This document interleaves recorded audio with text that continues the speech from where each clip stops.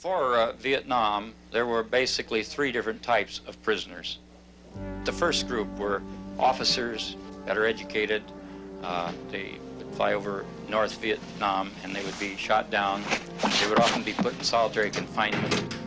Their only avenue of escape from the torture of being alone for long periods of time, as much as 7 years, was to use mind games, think about their loved ones, to work out complex puzzles, to stare at the wall and decide that they were looking at a moving picture, all kinds of things. They all have a different story. The second group were those who were captured by the North Vietnam regulars. They often took these prisoners and marched them to camps in North Vietnam. And the third group were those who were captured by the so-called Viet Cong, and they lived in the jungles, and they lived on whatever food they could get. And the greatest tragedy was that they were never stabilized in a camp till near the end of the war or conflict.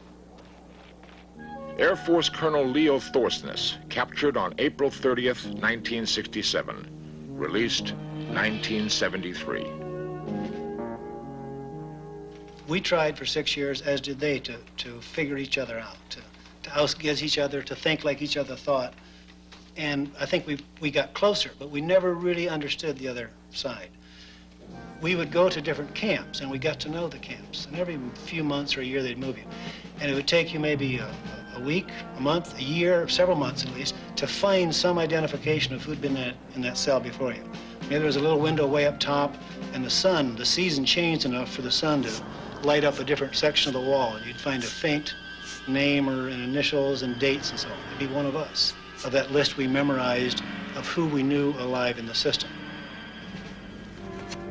It seems difficult to believe that men could have survived the conditions of POW life after so many years.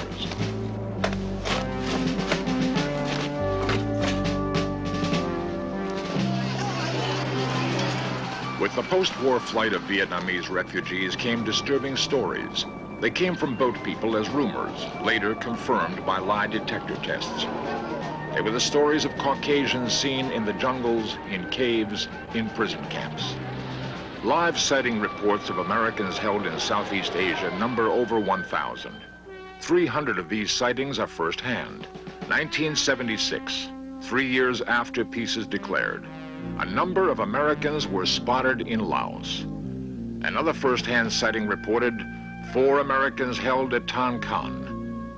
At Kanto Prison in the Mekong Delta, one refugee claims he saw 3 Americans held among the 800 prisoners.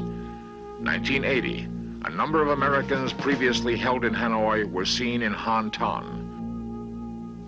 The director of the Defense Intelligence Agency, which has responsibility for investigating all of these reports, testified before Congress, a subcommittee of Congress, that relative to Americans that are unaccounted for, at this time, he's been unable to substantiate the information, and that they cannot correlate it with any missing or any unaccounted for Americans. The remains of 1,100 soldiers were never returned. One sighting claims that 400 bodies were in a warehouse near Hanoi. When investigated, it was found empty. Were the bodies removed?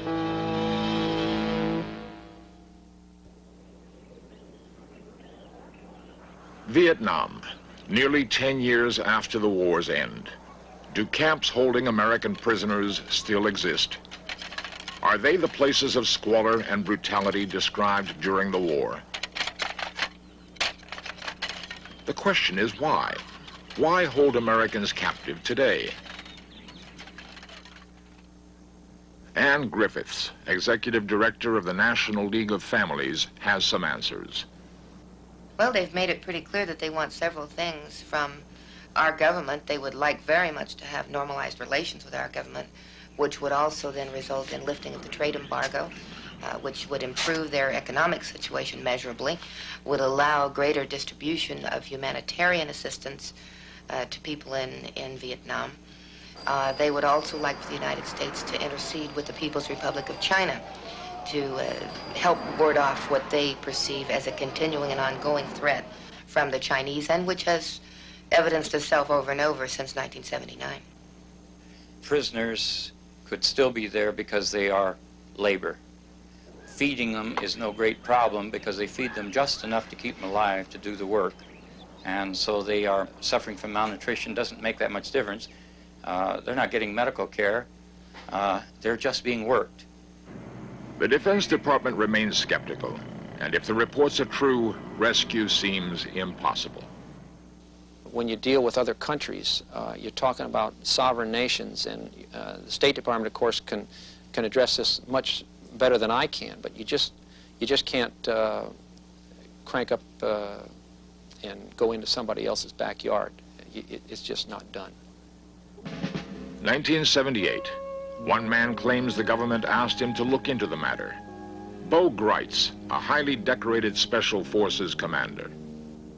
When this thing first came up, I was as shocked as anyone could have been. I had assumed that in 1973, with the Accords, all the prisoners were returned. That's what the president said. I bought it. I was satisfied with it. I didn't put this bracelet on.